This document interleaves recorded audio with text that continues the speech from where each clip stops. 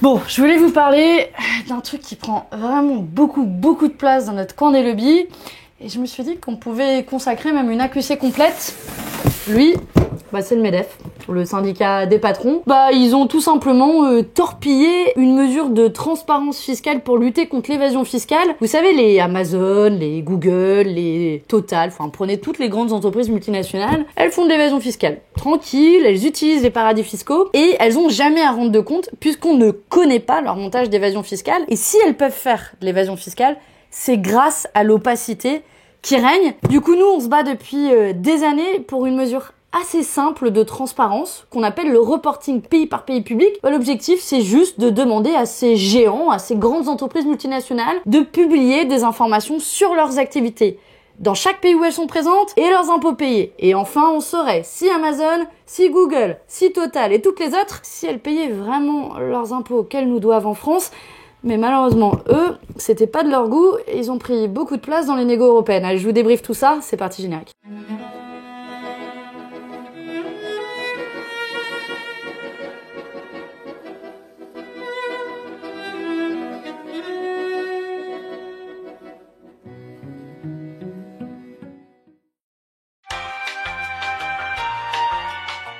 Il faut en finir avec les paradis fiscaux.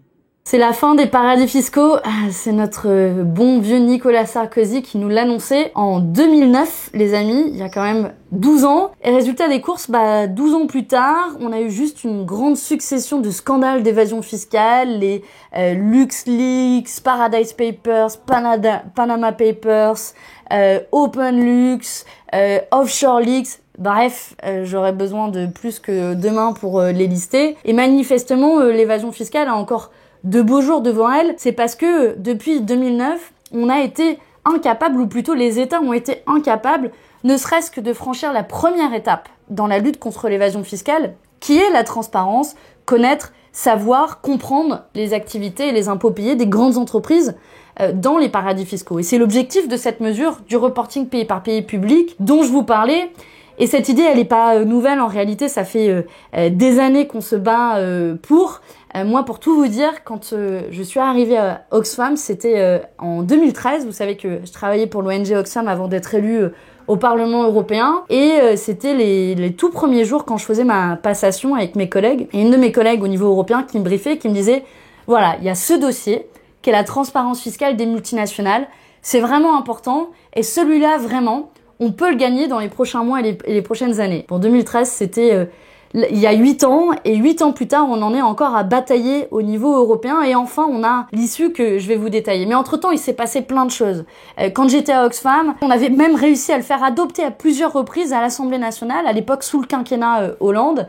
Cet adversaire, c'est le monde de la finance. Mais c'était la finance jusqu'au moment où il fallait réguler les grandes entreprises multinationales. Et alors qu'on avait réussi à le faire adopter par un peu aussi la pression citoyenne, cette mesure de transparence à plusieurs reprises. Ensuite, le gouvernement, vous savez, avec les outils de la Ve République, ils se sont débrouillés pour revenir dessus, avec une seconde délibération au milieu de la nuit, avec, dans la navette parlementaire, se débrouiller pour se débarrasser de cet article. Et puis, cerise sur le gâteau, on avait même eu la censure du Conseil constitutionnel une fois qu'on avait réussi à le faire adopter, parce que fallait protéger la sacro-sainte liberté d'entreprendre. Et au final, pendant tout ce processus, ça a été un peu David contre Goliath, et déjà, nos amis du MEDEF étaient ultra mobilisés pour bloquer toute avancée en la matière, parce qu'ils savaient qu'on donnerait à voir leurs pratiques d'évasion fiscale. Et puis, en même temps qu'on menait la bataille au niveau français, on l'a menée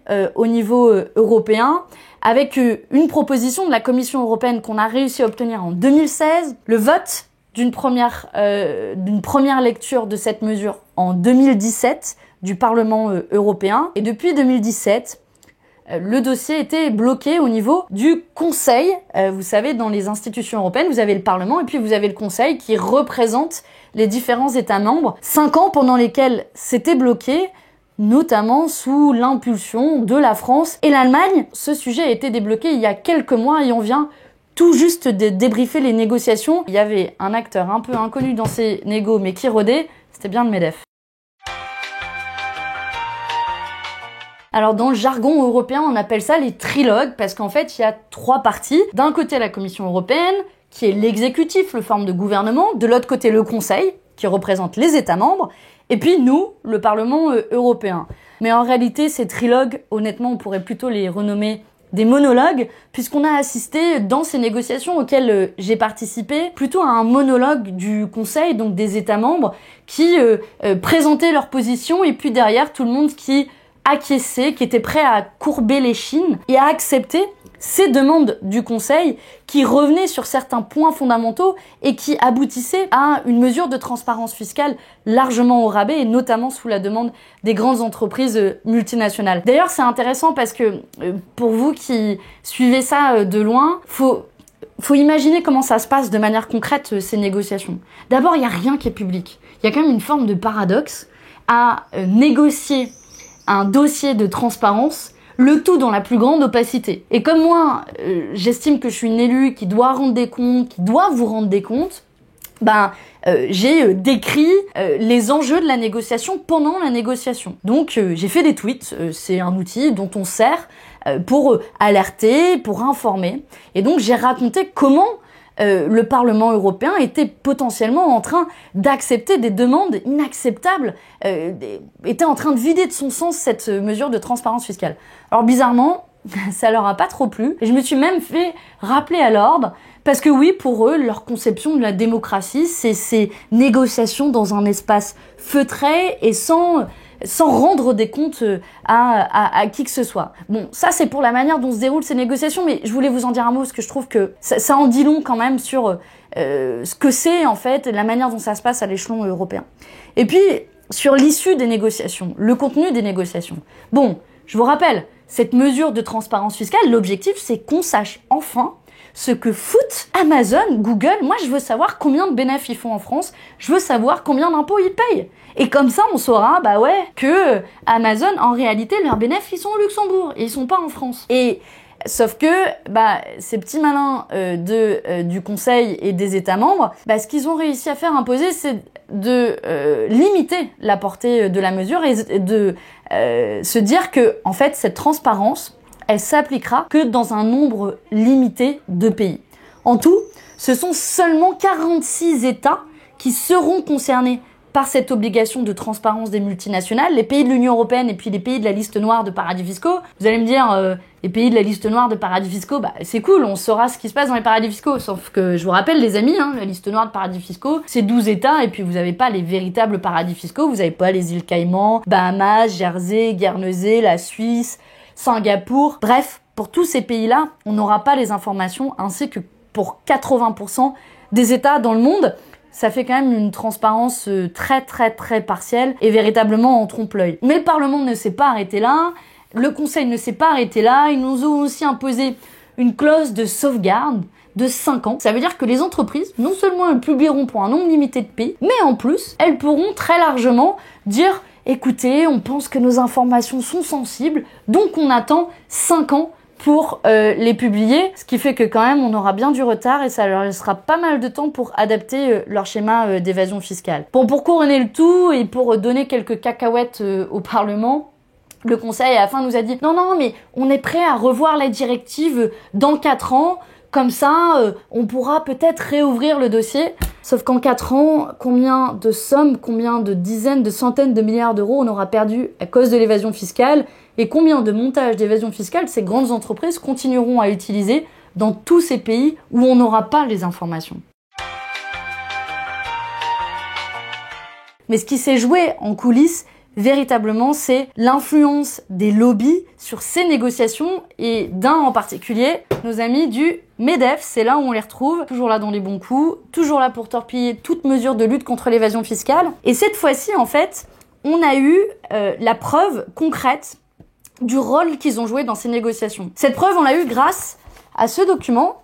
Alors ce document, il peut paraître technique dans les détails, mais c'est la position officielle de la France dans les négociations. Et cette position, elle est intéressante à double titre. D'une part, on a découvert que, en fait, c'était un document qui était copié-collé du MEDEF, mot pour mot, Donc c'est comme si le MEDEF avait écrit la position de la France. Et puis deuxième chose, quand on regarde dans le détail, c'est les lignes rouges de la négociation. Et dans ces lignes rouges, on retrouve exactement les mêmes lignes rouges qui sont reprises dans l'accord final qui a été adopté à l'issue de ces négociations. Même ligne rouge sur une clause de sauvegarde pour s'assurer que les entreprises ont un certain nombre d'années avant de publier leurs informations. La même ligne rouge avec un nombre très limité d'États qui sont compris dans le périmètre géographique. Bref, c'est à se demander si à cette table des négociations, en réalité, en face de nous, il n'y avait pas le MEDEF et si c'était pas notre interlocuteur direct. Et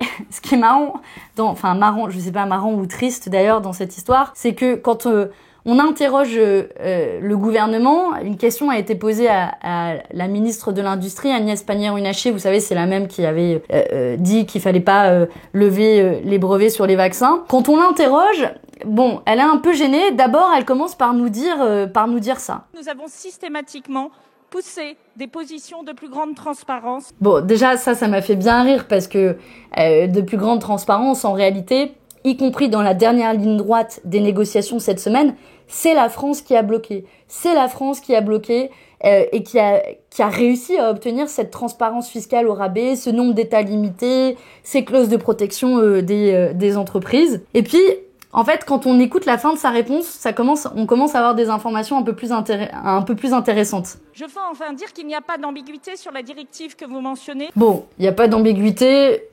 Ça, c'est discutable quand on voit à quel point ils ont copié-collé les positions du MEDEF. Mais après, c'est là où on arrive où c'est intéressant. Ceci ne doit pas nous amener à être naïfs. À ne pas être naïfs. Car donner des éléments commerciaux qui va donner des informations précieuses à nos concurrents asiatiques, au moment où tout le monde s'étonne de la naïveté de l'Europe, voilà une manière bien négligente de soutenir nos entreprises. Et ben voilà, on y arrive. Des informations commerciales sensibles. Ah voilà, clairement, on retrouve le même argument du MEDEF et cette même peur qu'on devrait dévoiler des informations. Bon, en vrai, les concurrents d'Amazon et tout, ils ont les informations sur les entreprises. Et on demande des informations de base. Les bénéfices, le chiffre d'affaires, le nombre d'employés et les impôts payés pour qu'on sache s'ils payent vraiment leur juste part d'impôts. La réalité, c'est que, à travers cette phrase, le gouvernement assume qu'ils ont été le relais, le porte-parole du lobby et du MEDEF en Europe et que c'est à cause d'eux que ces négociations ont capoté. Parce que si on refait l'histoire complète, on a des scandales d'évasion fiscale, une grosse pression sur l'Union européenne, une proposition qui est mise sur la table, qui est lancée au niveau européen. Mais comme les multinationales veulent continuer à tricher en toute opacité, parce que quand même, il faudrait pas que ça ternisse leur image, elles font en sorte de bloquer le dossier pendant 5 ans. Et puis, alors que le dossier est débloqué, les multinationales changent de fusil d'épaule et se disent « Ok, bon, maintenant on n'a plus le choix, on va vider la mesure de son sens. » Et pour ça, on va trouver le gouvernement qui est le plus raccord et le plus acquis à la cause des multinationales, la France. Et la France va aller convaincre ses petits copains au niveau européen pour dire « Non, mais vous savez, une transparence fiscale complète, quand même, on risquerait d'en savoir trop. » Et bah ouais, on risquerait de démontrer, de mettre au goût du jour les pires pratiques d'évasion fiscale des multinationales. Et la vérité, c'est que c'est parce que Macron a été le porte-parole du MEDEF en Europe qu'on arrive à une mesure de transparence fiscale autant au rabais et qu'à la fin, c'est les multinationales de l'évasion fiscale qui gagnent. Bon voilà, maintenant vous avez l'histoire complète de comment le MEDEF et Macron, ensemble, ont sabordé une mesure essentielle de lutte contre l'évasion fiscale, la transparence fiscale. Bon, malheureusement, c'est probablement pas la dernière fois où on entend parler de nos amis du MEDEF, puisque dans les prochaines semaines et les prochains mois, on aura d'autres mesures fiscales sur la table des négociations au niveau européen. La Commission européenne, elle a annoncé il y a quelques semaines un paquet de propositions avec notamment une relance de sa machine d'harmonisation fiscale au niveau européen. Là aussi, c'est un vieux projet qui se heurte aux mêmes réticences, des lobbies et des grandes entreprises multinationales. Et puis là aussi, sur ce projet d'harmonisation fiscale, l'Irlande a tout de suite dégainé pour dire qu'il n'en voulait pas. Sauf que, en matière purement fiscale au niveau européen, ça se décide à l'unanimité. Donc on voit aussi les freins, les blocages pour avancer en la matière. C'est pour ça que moi je pense qu'il faut du courage politique pour lutter contre l'évasion fiscale et assumer de dire que nous, la France, ou avec ceux qui le veulent, ça peut être nous la France, avec l'Italie, l'Espagne et tous ceux qui en ont marre de se faire piller par les grandes entreprises, on pourrait mettre en place des mesures unilatérales de lutte contre l'évasion fiscale. Il y en a une d'entre elles qui a été proposée par l'économiste Gabriel Zucman. Je vous ai déjà parlé de Gabriel Zucman. J'avais eu la chance de l'inviter à un échange en ligne dans le cadre de mes écoles aubrissonnières. Vous pouvez les retrouver sur YouTube. N'hésitez pas à aller voir notre discussion. Et Gabriel Zucman, il dit assez simplement qu'on pourrait mettre en place un impôt uniquement à l'échelon français pour calculer et collecter l'évasion fiscale des multinationales. C'est un principe d'impôt universel assez simple et dont l'objectif est juste de collecter en dernier ressort les impôts non payés par les grandes entreprises. Et ça, on pourrait le faire tout seul ou on pourrait le faire avec ceux qui le veulent. Et ce qui est assez intéressant, c'est qu'il a calculé que si on le faisait avec un taux d'imposition minimum, par exemple, de 25% au niveau international, pour la France, on récolterait 26 milliards d'euros. Si on avait un taux de 30%, on récolterait 39 milliards d'euros. Bref, on pourrait en faire beaucoup de choses et surtout aider les classes populaires et ceux qui sont dans la galère à se relever de cette crise sociale et faire en sorte de, enfin, déconnecter. Et je pense qu'une des premières mesures qu'on ferait si on arrivait au pouvoir en 2022 est de faire une cérémonie de divorce entre Bercy, le ministère des Finances, et le MEDEF. Voilà un peu de réjouissance. On peut déjà imaginer à notre belle cérémonie de divorce parce que force est de constater que ce mariage entre Macron et le MEDEF est beaucoup trop fort. En tout cas, vous pouvez compter sur moi pour continuer à me battre partout où c'est possible, au niveau européen, au niveau français, pour lutter contre l'évasion fiscale. Je vous le disais, c'est un vieux combat. On a commencé en 2013, donc on ne lâchera pas. J'espère aussi un jour au pouvoir en France pour qu'une bonne fois pour toutes, notre économie et nos finances publiques ne reposent pas ou ne reposent plus sur les plus pauvres, mais ceux qui en ont véritablement les moyens, sur les plus riches et sur les grandes entreprises multinationales qui planquent leur pognon dans les paradis fiscaux. C'est la fin de ce 63e épisode de l'Aubry qui court. J'espère qu'il vous a plu. Vous avez peut-être remarqué depuis plusieurs semaines, on fait moins d'AQC parce qu'on a fait le choix de se concentrer sur des sujets thématiques, qu'on creuse davantage pour essayer d'apporter quelque chose de débat politique, d'apporter aussi ma touche, de lancer l'alerte aussi sur certains sujets. Par exemple, à ce sujet de la transparence fiscale, je suis sûre que vous en entendrez parler nulle part, dans aucun média, ou alors très peu et à la marge. Et je pense que c'est mon rôle de pouvoir creuser en profondeur un certain nombre de sujets et puis de vous donner l'opportunité de vous embarquer avec moi, de vous raconter les négociations. Bref, tout ça demande un peu plus de travail, mais j'espère que ça vous plaît. N'hésitez pas à nous dire ce que vous en pensez dans les commentaires. Vous pouvez aller voir aussi les précédents épisodes. On a fait un épisode sur la Coupe du Monde, on a fait un épisode sur les mesures de la Convention citoyenne sur le climat, on a fait un épisode sur les mesures de Joe Biden pour taxer les riches. Bref, vous le voyez, on essaie de se focaliser spécifiquement sur certains sujets. Et puis, bon, je vous parle souvent de justice fiscale, de taxer les riches. Bon, il se trouve que c'est un peu mon dada et vous me connaissez pour ça. Mais voilà, je vous propose aussi des angles nouveaux à chaque fois. Donc voilà, n'hésitez pas par ailleurs si vous avez des idées ou des trucs que vous voulez que on en discute et on en parle ensemble. Je serais ravie aussi de prendre vos suggestions. Bref, cet AQC est le vôtre. Faites-nous des retours. Abonnez-vous si c'est pas encore fait à la page YouTube. Ça s'affiche quelque part dans un coin de l'écran. Je sais jamais quel côté de l'écran. Bref, ça s'affiche quelque part et puis vous pouvez cliquer sur la petite cloche pour recevoir les notifications sur chacun de ces épisodes qui sont donc moins nombreux mais j'espère plus qualitatifs. Et puis n'hésitez pas à le partager autour de vous, à le faire connaître parce que plus on sera nombreux à être informés sur les pratiques et ce mariage entre le MEDEF et Emmanuel Macron, à être informés sur les mesures qui sont nécessaires pour lutter contre l'évasion fiscale, et ben plus nombreux on sera derrière à se mobiliser, j'espère, à prendre le pouvoir. Voilà pour moi pour cet AQC, prenez soin de vous et puis je vous laisse avec une petite chanson, on garde cette habitude et cette coutume, et puis là j'avoue qu'on a fait un peu dans la facilité mais on aime bien, c'est téléphone, argent, trop cher. Ça, c'est un petit message envoyé à nos multinationales.